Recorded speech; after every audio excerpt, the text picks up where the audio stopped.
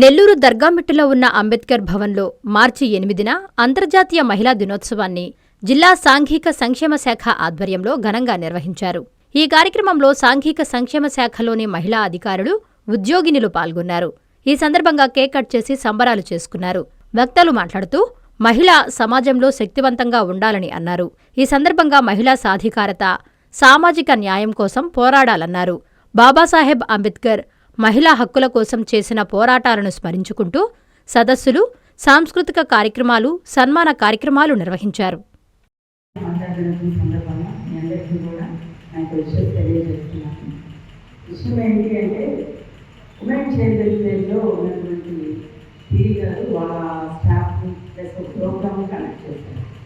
నేను ఆలోచన చేశాను ఏమని అంటే మన సోషల్ వెల్ఫేర్ డిపార్ట్మెంట్ ఎక్కువగా లేడీస్ ఉన్నారు, జెంట్స్ కన్నా గర్ల్ కాస్ట్యూమ్స్ ఎక్కువ ఉన్నాయి.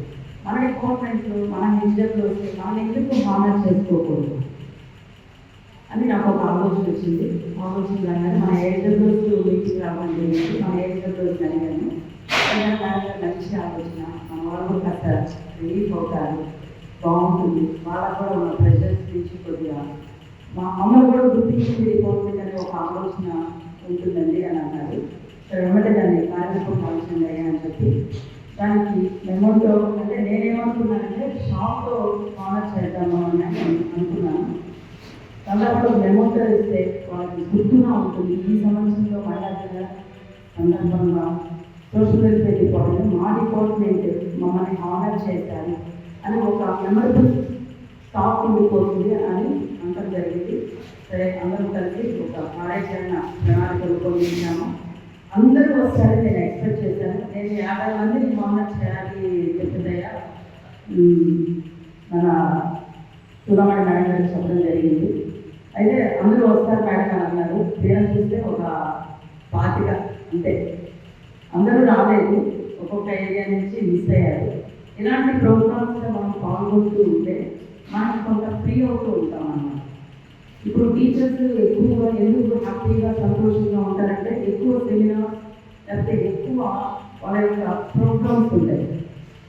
స్కూల్ ప్రోగ్రామ్స్ ఎవ్రీ మంత్ ఉంటుంది కదా, స్కూల్ డే ఏదో ఒక క్యాంపస్ స్కూల్ ఏదో ఒక కాంప్లెక్స్ ఉంటుంది, అక్కడ గ్యాదర్ అవుతారు. వాళ్ళ యొక్క సమస్యలు, వాళ్ళ యొక్క పరిస్థితులు వాళ్ళు ఎక్స్ప్లెయిన్ చేసుకుని సీనియర్స్ వాళ్ళకి అడ్వైజ్ ఇస్తూ ఉంటారు. అట్లా ఉంటుందని నా ఆలోచన. తర్వాత బ్యాడ్జ్ కూడా మన వాళ్ళే ప్లాన్ చేశారు, బ్యాడ్జ్ కూడా పెట్టుకుంటే బాగుంటుంది అని. కాబట్టి మనము కూడా ఏ డిపార్ట్మెంట్కి తక్కువ కావడం కాదు. ఎందుకంటే అన్ని డిపార్ట్మెంట్స్ కంటే కూడా ఎక్కువగా మనం చాలా కష్టపడి పనిచేస్తున్నాం. వాళ్ళ యొక్క హక్కుల కోసం, వాళ్ళ యొక్క ఓటు హక్కు కోసం అక్కడి నుంచి స్టార్ట్ అయ్యి 1910లో ఒక జర్మనీ మహిళ ఏం పేరు పేరు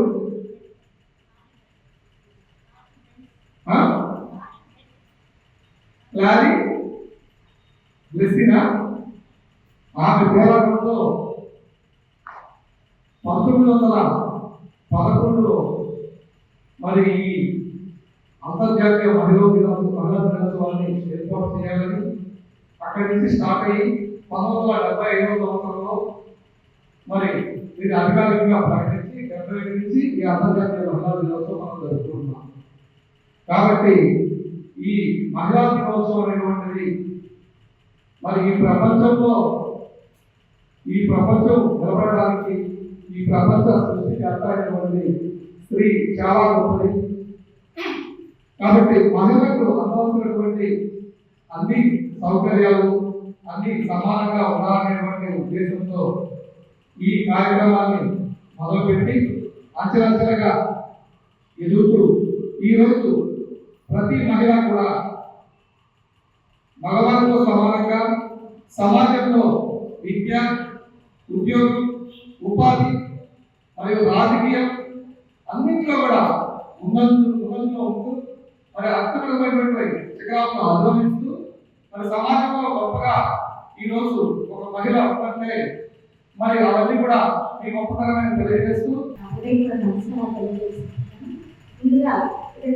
మహిళలందరికీ కూడా మహిళా తెలియజేస్తుంది. కుటుంబ భారాన్ని మోస్తూ విద్య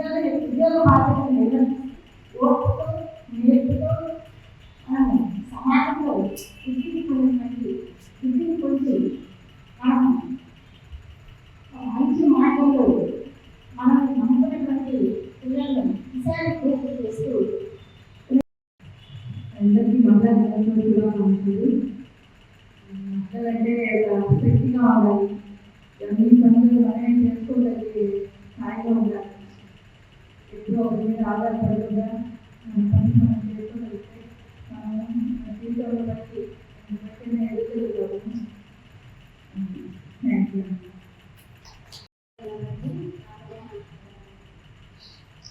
ఇక్కడ ఉండే ప్రతి ఒక్కరు కూడా ఒక ఆడపిల్లగా, ఒక తల్లిగా మరియు ఒక అధికారిగా ఇలా ప్రతి రంగంలోనూ ఒక ప్రత్యేకమైన గుర్తింపుని తెచ్చుకోవాలని ఇక్కడ ఉన్న వాళ్ళందరూ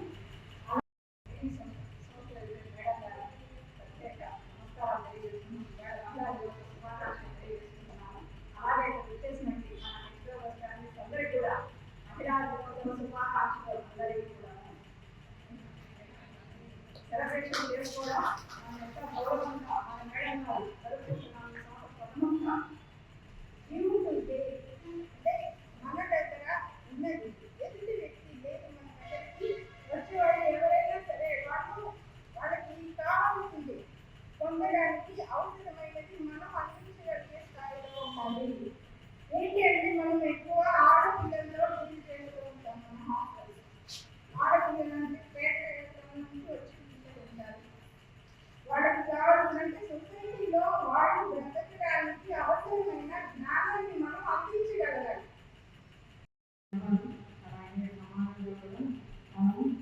ముందుగా ఉండాలని నా ఉద్దేశం. ఇప్పుడు మాకు తెలియదు తెలుసుకోవడం తర్వాత మంచిగా ఉండొచ్చు. మా దగ్గర పిల్లలు ఉంటారు. పిల్లలను సరైన మార్గంలో నడిపించాల్సిన బాధ్యత ఉంటుంది. తర్వాత వాళ్ళ ప్రతిభా విద్యార్థులు ఉంటారు. వాళ్ళు కూడా సమాజంలో ముందు అంటే ప్రతి ఒక్కరిని పాస్ చేసి వాళ్ళు తదుపరి పై తరగతికి పంపించాల్సిన బాధ్యత మన మీద ఉంది. దాని ఇష్టం వాళ్ళందరూ పోరాడి సాధించాలి. ఇందులో